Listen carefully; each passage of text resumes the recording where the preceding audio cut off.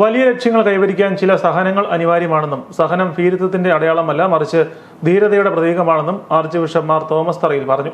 പാലാ അൽഫോൻസ കോളേജിൽ നടന്ന അൽഫോൻസ ദിനാഘോഷങ്ങളുടെ ഉദ്ഘാടനം നിർവഹിക്കുകയായിരുന്നു ബിഷപ്പ്. നമ്മളെപ്പോഴും ഓർക്കും, ഈ സഹനത്തിന് നമ്മളിങ്ങനെ മഹത്വവൽക്കരിക്കേണ്ട കാര്യമുണ്ട്. സഹനങ്ങളെല്ലാം ഒഴിവാക്കപ്പെടേണ്ടത്. ഇപ്പോൾ നിങ്ങൾ കഴിഞ്ഞ ദിവസങ്ങളിലൊക്കെ ആവേശത്തോടെ കേട്ട വാർത്തയാണ് ജന്തർ മന്ദറിൽ അല്ലേ, ആയിരക്കണക്കിന് കുട്ടികൾ ചെറുപ്പക്കാരിൽ നിന്ന് ഒരു കേന്ദ്രമന്ത്രിയെ രാജിവെപ്പിച്ചു. എന്തിനാണ്? ഈ രാജ്യത്തിൻ്റെ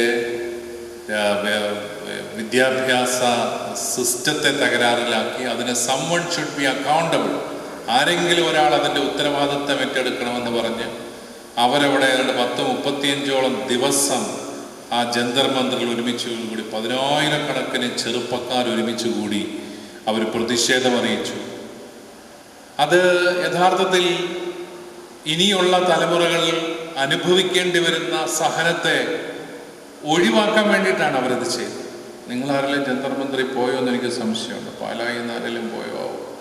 ഏതായാലും ഒത്തിരി മിടിമിടുക്കികളായ പെൺപിള്ളേരെ ഞാനവിടെ കണ്ടു കേട്ടോ. എനിക്ക് വലിയ സന്തോഷം തോന്നി. ഒരു പോലീസ് വണ്ടിയൊക്കെ ഒറ്റയ്ക്ക് തള്ളി നിർത്തുന്ന ഒരു പെങ്കൊച്ചിനെയൊക്കെ കണ്ടു. നിങ്ങളുടെ ഇരിപ്പൊക്കെ കണ്ടിട്ട് നിങ്ങളതൊന്നും കണ്ടുപോലില്ലെന്ന് തോന്നുന്നു. കണ്ടാലും തോന്നുന്നു. ഒരു പിടിയിൽ. സമ്മേളനത്തിൽ college manager monsignor doctor Joseph Kaniyodickal അധ്യക്ഷത വഹിച്ചു.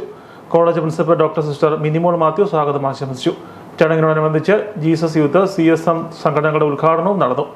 വൈസ് പ്രിൻസിപ്പൽമാരായ doctor sister Manju Elizabeth Kuruvilla, miss Manju Jose, college bursar father Kuriakose Vellachalil, assistant bursar reverend doctor Jobin Sebastian, CSM കോർഡിനേറ്റർമാരായ Sheena Sebastian, sister Priya Antony, Jesus Youth കോർഡിനേറ്റർമാരായ ആഷ്ലി തോമസ്, സിസ്റ്റർ അൽഫോൻസ സെബാസ്റ്റ്യൻ എന്നിവർ സംസാരിച്ചു.